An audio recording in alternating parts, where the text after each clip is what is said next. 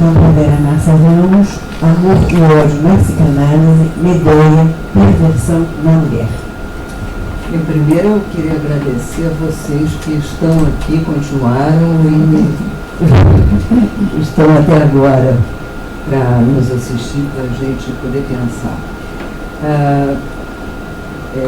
Quando eu pensei em escrever, quer dizer, o tema que me ocorreu foi a questão da agressão e ódio na mulher.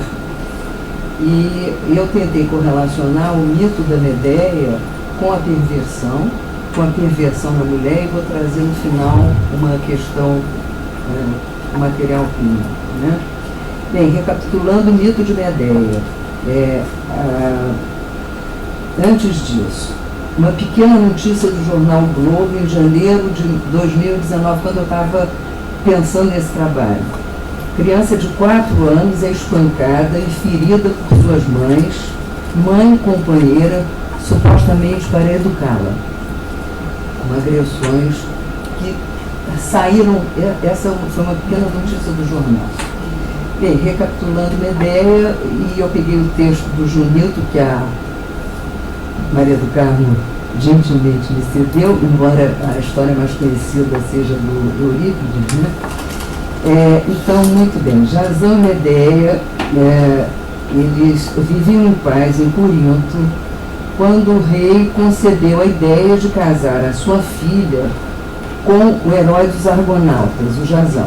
Ele, sem dúvida nenhuma, aceitou o enlace real, repudiou Medéia, que foi banida de Corinto, mas implorou um dia sob o pretexto de se despedir dos filhos. E ela teve tempo suficiente para preparar a mortal represália. Enlouquecida pelo ódio, pela dor e pela ingratidão do esposo, resolveu vingar-se tragicamente, enviando à noiva de Jasão, por intermédio de seus filhos, um sinistro presente de núpcias: um manto, um véu e uma coroa impregnada de poções mágicas e fatais. Não parou aí a vindita louca de Medéia. Também os filhos morrerão pelas mãos da própria mãe, para que Jasão sofra uma solidão mais aterradora do que aquela que ele lhe desejara. Assassinou os próprios filhos no templo de Hera, num carro alado, presente do avô Hélio, e fugiu para Atenas. Essa é uma das versões mais conhecidas. A Gota d'Água, do Chico Buarque, trata dessa questão.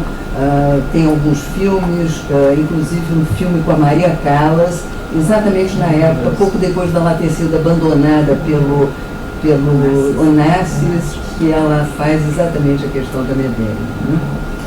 Explorando, e tem um filme do Pasolini também, explorando um pouco mais a história anterior, Medéia era filha de Étis e sobrinha de Circe, a deusa da magia, neta de Hélios, o rei Sol, o deus Sol.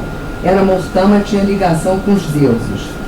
Tem pouca referência na mitologia à sua mãe, mas a Hécate, uma deusa feiticeira, embora algumas versões dão Hécate como mãe dela. Então, Medéia encontra Jasão e os argonautas quando ele foi para Cólquida para reivindicar sua herança.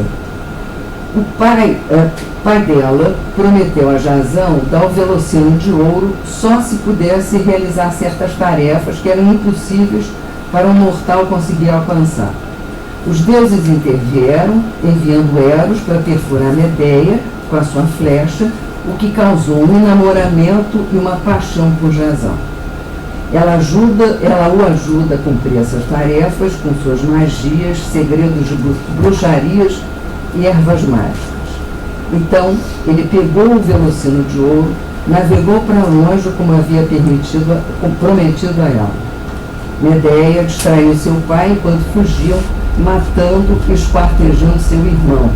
Uma traição ao seu lar já por amor.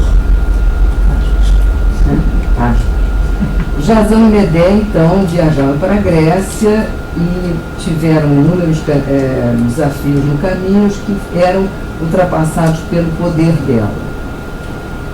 Depois disso, foi um banheiro para Corinto, onde se estabeleceram até que os eventos detalhados por Eurípides se desenrolaram. Quer dizer, a gente pode abordar esse mito, ele pode ser abordado de várias maneiras, né? Quer dizer, pela mitologia, pela prática clínica, pela política, mas a primeira lembrança que a gente não pode deixar de ter é sobre Freud, quando Freud usou mitos para desenvolver o mapa dos desejos arcaicos reprimidos, que dificilmente são expressos na linguagem diária. Freud não só usou mitos, né, como literatura, como vários textos, né, quer dizer, mostrando essas situações inconscientes. Medeia traz para o mundo matriarcal pré-edípico. No mito, ainda chama atenção a ausência da mãe biológica de Medeia. Seria uma mãe morta, segundo o conceito de Grimm? Deprimida, silenciosa, indisponível para a filha? Para Medeia, a boa mãe interna é substituída pela deusa da magia, Hécate, a grande mãe, poderosa, onipotente e fálica. A ilusão narcisista de Medeia a leva os horrores adiante. Antes de se transformar na mãe assassina do mito, ela era uma jovem devotada a Hécate e, quando conheceu Jasão, sua vida se tornou determinada pela paixão. Esse mito dá várias possibilidades de compreensão do feminino. A questão da humilhação que ela sofre, né, no abandono de isenção, essa é uma questão grande, né, quer dizer, isso na prática você vê, né, muitas. A sua paciente foi abandonada por uma mulher, por conta de um homem, né? Então são questões que a gente lida no dia a dia, né? Mas o que eu me interessei em ver foi exatamente a questão da perversão. E eu encontrei alguns trabalhos, eu vou citar aqui o Stoller, e um trabalho, vou citar o Stoller, alguns aspectos do Stoller, do Otto Kendrick. O Otto Kendrick tem um trabalho sobre agressão, um livro sobre agressão, nos processos border e perversos, na perversão, e um trabalho muito rico de uma autora inglesa chamada Stella Weldon, que ela trata especificamente das perversões femininas. Né?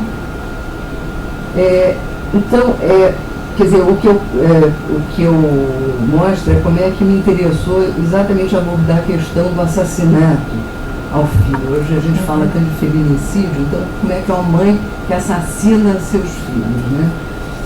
Como que a gente poderia entender isso, assassinar essa parte, né, o Luiz Antônio falou, essa parte nossa.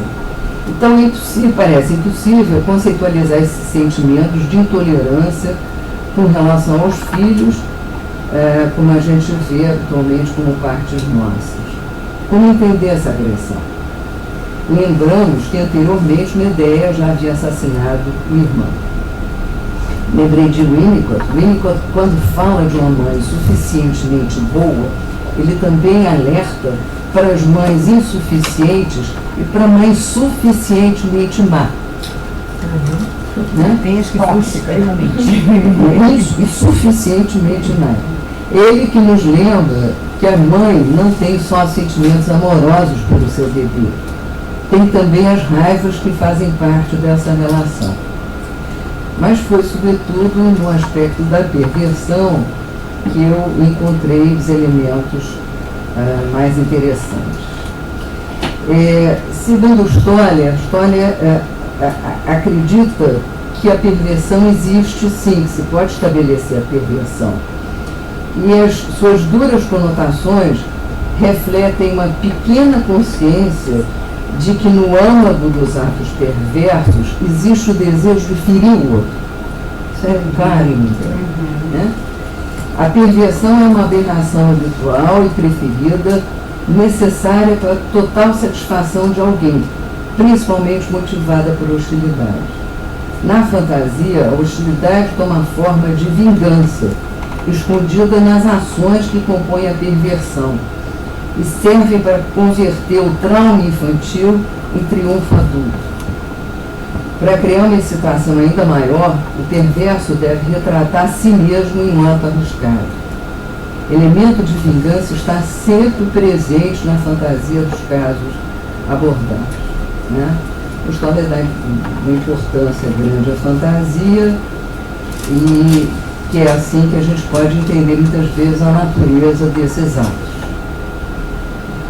Eu vou pular. O autor que estudou agressão foi o Otto Kern, né? Eu já citei o livro dele, contribuiu com alguns aspectos que considero interessantes para compreender o mito, quando ele desenvolve as ideias sobre as vicissitudes do ódio e o prazer do ódio.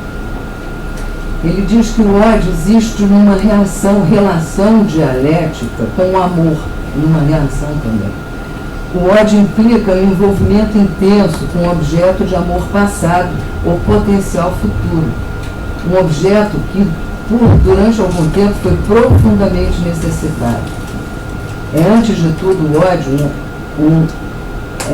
ódio do objeto frustrante, mas, ao mesmo tempo, o ódio do objeto amado de quem se esperava amor e de quem a frustração foi inevitável. É também, nas suas origens, a consequência de eliminar a frustração através da agressividade e, além dessa, em um esforço derradeiro para eliminar o objeto. O ódio também tem um aspecto diferenciador, né? Ele mostra bem. Se o amor está ligado a tentativas de fusão e simbiose, o ódio visa diferenciar self do objeto. No entanto, o ódio primitivo, num nível intenso, continua uma relação circular que não apenas perpetua, mas patologicamente aumenta o ódio. A vivência de um amor traído, como viveu Medeia, aumenta ainda mais o ódio com uma maior ampliação deste através da identificação projetiva. A identificação com o objeto agressivo triunfante nessa relação diádica, por sua vez, aciona a crueldade e o desdém na expressão do ódio contra o objeto, no momento em que um conceito intolerável e depreciado do self pôde ser projetado contra ele, e ao identificar-se com o objeto com o qual aciona igualmente a agressão contra o self. Ele quer mostrar que não só está destruindo o objeto, mas está destruindo a si mesmo uma parte sua. Mas foi um trabalho que chama o mito da maternidade glorificada que a Stella Weldon, ela teoriza sobre as perversões femininas. Então ela conceitua a perversão como uma aberração habitual, no qual uma pulsão parcial polariza toda a conduta sexual e fica sobreposta à primazia sexual genital. É um conceito do Freud, né? Quer dizer, são aquelas situações de sexualidade antes da sexualidade, né? Pré-genitais, né? Enfim, né? Quer dizer, que então se sobrepõe, né? Ela diz o seguinte, que o indivíduo perverso, ele não realiza uma escolha. A sexualidade é fundamentalmente de caráter compulsivo, e ele está aprisionado a uma sexualidade que tem uma única forma de vivenciar uma descarga sexual e libidinal. A perversão é uma condição na qual a pessoa não se sente capaz de obter a gratificação sexual mediante o contato íntimo com outra pessoa. Ele sente-se dominado por uma atividade compulsiva, que é vivenciada subjetivamente como sendo inexplicável e estranha, mas libera uma angústia sexual que cresce até se tornar insuportável. Então, passa ao ato, né? Passa a agir. Essa atividade envolve um desejo inconsciente de lesar os outros ou a própria pessoa. O resultado seria não fazer amor, mas, em vez disso, fazer ódio. Aquela Guerra dos Bronzes, aquele filme. E o humanismo, não faço ódio, faço amor nos ricos também. Bem, o traço fundamental da perversão consiste que, de modo simbólico, a pessoa tenta vencer o terrível medo de perder a mãe mediante a sua ação perversa. Ela nunca, quando era pequena, nunca chegou a sentir salva pela mãe, mas exatamente o contrário. considerava a mãe perigosa e produzia uma sensação de muita vulnerabilidade na criança. Trata-se de um mecanismo inconsciente, já que a pessoa atingida pela perversão não está ciente do que acontece no seu mundo interno. Mas ela conceitua especificamente, porque aí ela está falando que vale tanto para homem quanto para mulher. Então, o que diferencia a perversão no homem e da mulher? A diferença reside no corpo feminino e nos seus atributos psíquicos, biológicos próprios, inclusive a fecundidade e todo o leque de representações mentais ligadas à questão da própria fecundidade. Nas mulheres precisa ser dada uma atenção especial ao papel dos órgãos reprodutivos femininos ao longo do ciclo da vida. Esse é um aspecto importante, tem que ser visto na mulher. Menarca, períodos menstruais, a gravidez, né? A mulher está profundamente influenciada não só pelos fatos psicológicos, mas pelo ritmo biológico que governa a sua vida. Quer dizer, as questões hoje que se apresentam para a questão da maternidade, né, as divisões em relação à maternidade, mas o tempo biológico, isso é uma questão que acompanha muito o desenvolvimento da mulher. Né? É preciso refletir sobre a função reprodutora. E ela leva em conta as suas experiências com homens adultos que falam das vivências que tiveram com suas mães na primeira infância, dando atenção ao fenômeno transferencial quando revivem o tipo de fusão e dependência que tiveram e tentam reatuar na terapia. Então ela relembra os trabalhos da Margaret Mallett, como é que eram difíceis a dificuldade com a separação, né, separação e individuação nesses homens que ela percebeu que são processos normativos durante a infância e ficam impedidos por essas mães.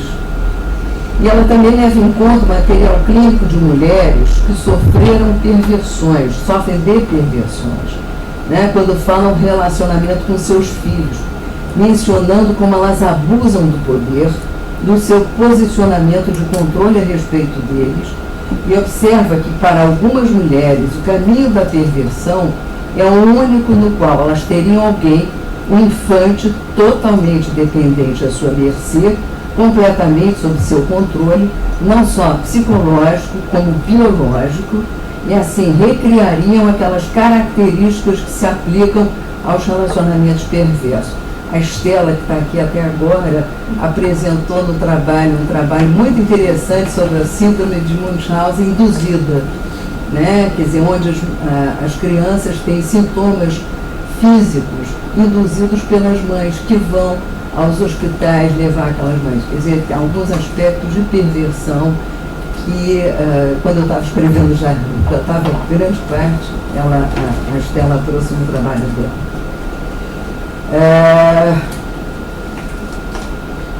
Bem, quer dizer, a capacidade que a mulher tem de procriar, ficar grávida, dá um domínio a ela sobre o corpo e sobre o bebê muito grande, né?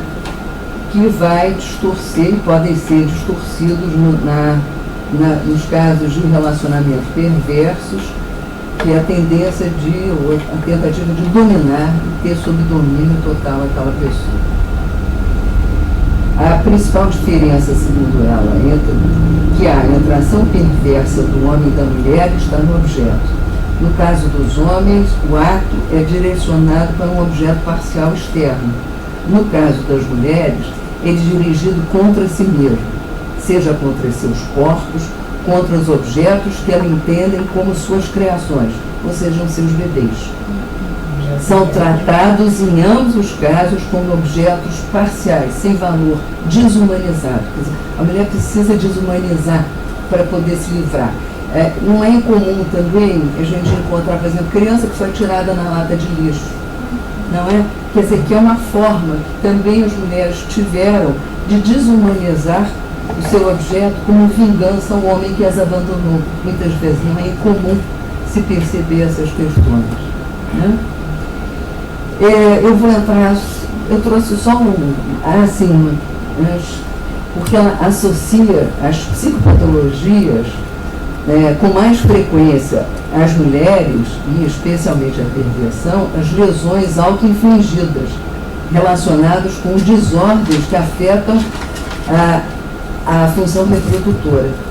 Por exemplo, a anorexia nervosa, a bulimia, as formas de automutilação, em que a presença ou ausência de menstruação são indicativas da gravidade da condição, o abuso auto-infligido, algumas formas de prostituição, abuso sexual e físico de crianças, incluindo incesto com crianças de ambos os sexos.